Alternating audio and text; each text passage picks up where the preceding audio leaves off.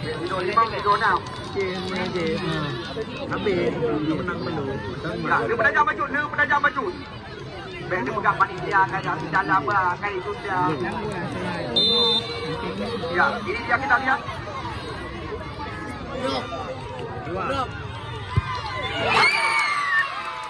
Tembakan keras memgoyangkan dari gawang. Kita lihat dilakukan tadi. 1-0 kali ini.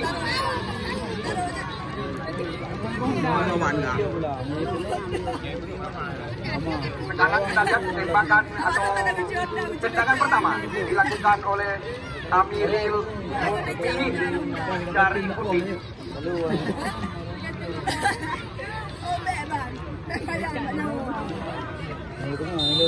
Amiril Mukminin dari Putih. Wawan Cabani menjaga gawang. Masuk 1-1 dari 2 penendang.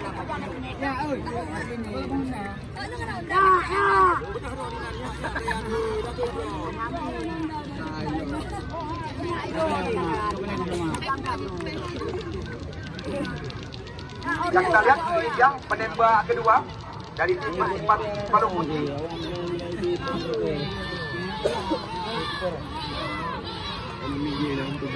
Ya. Okey, anak Mek ni gol. Kami dah hilang bujau.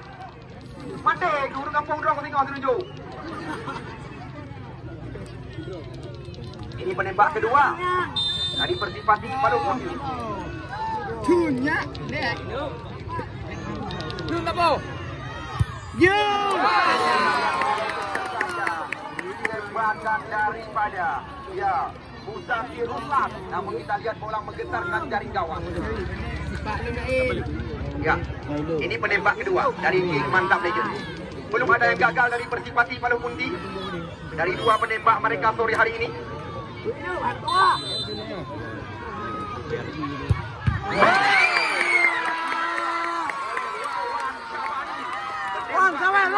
Mantap Legend sore hari ini. Kita lihat yang pemain yang masih layak ini Afzal Fikri. Masuk. 3-1 sementara. Ini penembak ketiga kalau nggak salah saya. Penembak ketiga ya.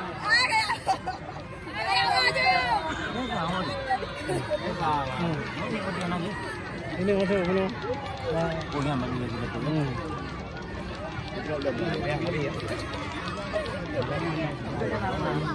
Nomor punggung 15 Alfa Shimi menendang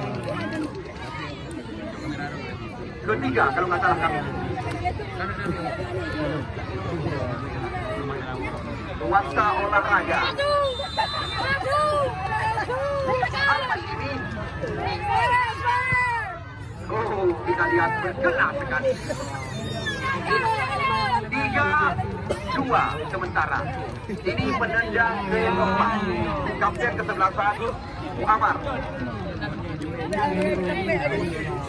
Penendang dari Mantap Legend. 2 pemasuk namun gagal. Palung Putih yang gebut. Yang sudah mereka lakukan belum ada yang gagal. Ini yang keempat. Kedudukan sementara 3-2 dari 3 penendang masing-masing kesempatan.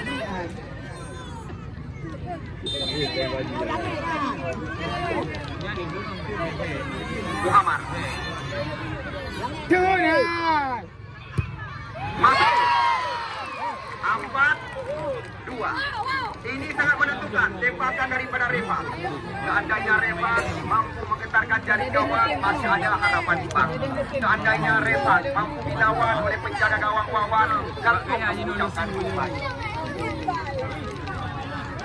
Kenapa kami katakan demikian? Karena kita lihat 4 penendang dari Persipati Palung Putih belum ada yang gagal. Sedangkan Mantap Legend ini yang keempat, 1 penendang mereka terbaca oleh Wawan Syahmani. Ini sangat menentukan. Walaupun masih ada sisa penendang masing-masing kesebelasan. Reva